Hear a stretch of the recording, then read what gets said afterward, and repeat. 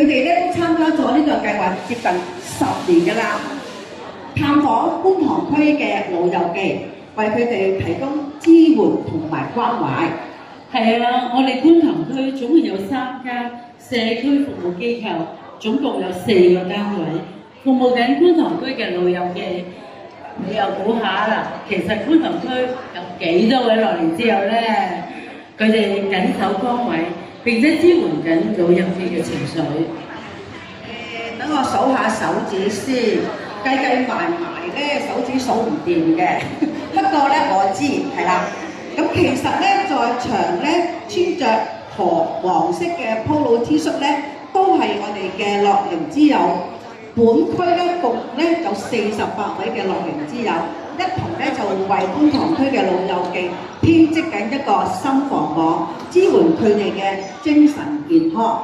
係啊，所以今年觀塘區嘅活動就係以共織心房網、情緒樂為主題。唔單止計劃入邊嘅社福機構、樂齡之友，我哋都想邀請喺在場嘅街坊朋友一齊踴躍參與攤位遊戲同埋展覽區，用行動嚟關注長者嘅精神健康。冇錯啦，好啦，事不宜遲，咁我哋咧首先咧有請香港大學社會工作及社會行政學系樂齡同行計劃臨床及歡迎詞。大家好啊，聽到嘛？好，即係歡迎咁多位，即係嚟緊呢個觀塘區嘅大型活動啦，咁樣。咁首先都即係咁多位嘉賓啦、朋友啦、街坊啦、我哋嘅樂齡之友啦，大家好啦。咁多謝大家今日抽空出席呢個多唔好意思啊，香港心理健康會、香港基督教家庭香港基督教服務處基督教家庭服務中心啦，就向咁多位最真摯嘅歡迎同埋感謝啦。咁樂齡同行計劃咧，其實喺2016年由香港賽馬會慈善信託基金策劃同埋捐助咧，其實並由我哋香港大學聯同咁多間社福機構攜手推動咧。計劃原本嘅初心咧，係希望透過社區嘅力量同埋專業嘅支援，陪伴中高齡嘅人士去走過呢個低谷嘅情緒，重拾精神健康同埋生活嘅希望啦。咁隨着其實年紀嘅增長，好多朋友可能都會面對好多嘅生活壓力啦，身體機能嘅衰退，甚至可能都會會縮細咗個社交圈子啦。咁呢啲嘅挑戰都會好容易影響同埋引發好多唔同嘅情緒困擾，增加抑鬱症或者其他精神健康嘅風險。咁正因為係咁咧，樂齡同行計劃就建立咗一個唔同層次嘅支援網絡，結合我哋嘅朋輩支援啦、專業嘅介入啦，同埋社區嘅活動，希望每一個參加者都能夠感受得到有人同行嘅一啲嘅力量。咁喺過去10年啊，我哋嘅計劃其實都頭先都有提到啦。都培訓咗超過1000多名嘅樂齡之友嘅朋輩工作員啦，並係致力去推動呢個精神健康。咁去到而家咧，其實受惠嘅人咧都超過24000名嘅人士啦。咁其實呢啲嘅數字嘅背後咧，都講咗好多一個嘅真實嘅故事啦。有人喺困境中可以揾到一啲傾訴嘅對象啦，亦都有人可以建立一啲嘅自信，亦都有人係因為社區嘅支持咧，可以繼續重現翻佢哋生命裏邊一啲嘅熱情。咁喺2024年開始咧，其實計劃都有再從新嘅3區嘅地區康健中心去合作啦，咁降至45歲啦。咁我哋進一步加強咗呢個基層醫療層面嘅精神健康嘅支援啦。咁呢個服務其實都講就係唔單止我哋係為60歲以上嘅老友記去提供服務啦，而我哋而家都希望可以廣泛地覆蓋中年嘅人士啊，咁讓更多嘅人咧，其實能夠可以及早去得到一啲嘅幫助啦，咁就預防情緒嘅困擾嘅一啲嘅惡化啦。咁其實可能大家知道原本嘅計劃咧喺2026年底就會完結啦。咁都係因為即係舊年大埔我哋發生咗一啲即係喺香港裏面發生啲好不幸嘅事件啦。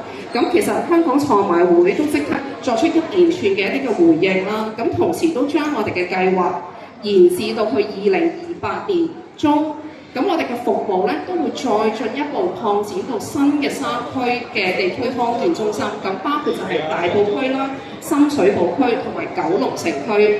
咁喺未來咧呢2年裏邊咧，除咗我哋原先有嘅一啲嘅服務啦，咁我哋都大學嘅團隊咧都希望繼續可以做多啲培訓嘅工作，唔單止係我哋樂齡同行裏邊嘅社工。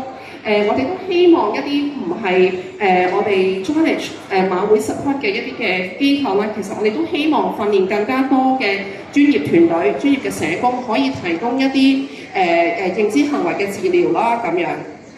咁我哋希望將我哋10年嘅智慧咧，都可以喺地區裏邊慢慢延續落去啦。咁即係最後啦，我再次感謝咁多位一直以嚟同我哋一齊去行啦，同我哋一齊同步去支援每一個地區啦。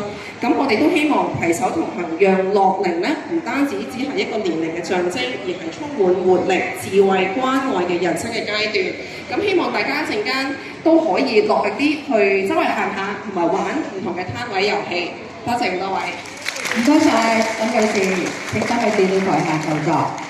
我哋而家邀請各機構代表到台上致謝詞，排名不分先後。我哋先邀請香港心理衛生會總主任服務余建生先生，大家掌聲歡迎余先生。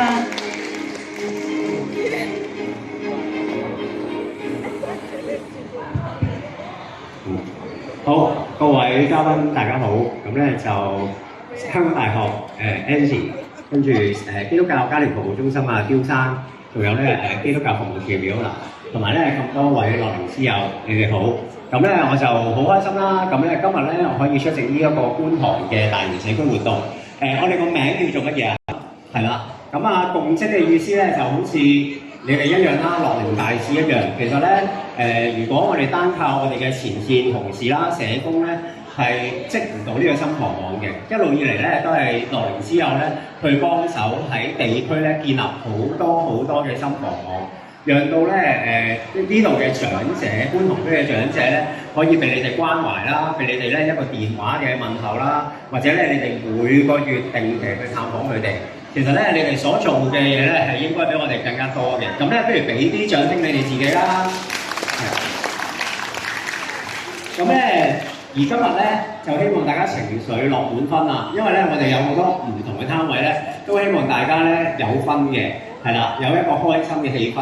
咁咧，我諗咧好緊要一樣嘢，其實咧樂齡同行計劃咧，我哋由2016年開始就同CFS 啦，2020年開始咧就同 CS 啦，即係一齊咧喺觀塘區咧服務長者㗎啦。所以咧，我哋咧都話講下咧，其實已經有10年咧喺度服務長者。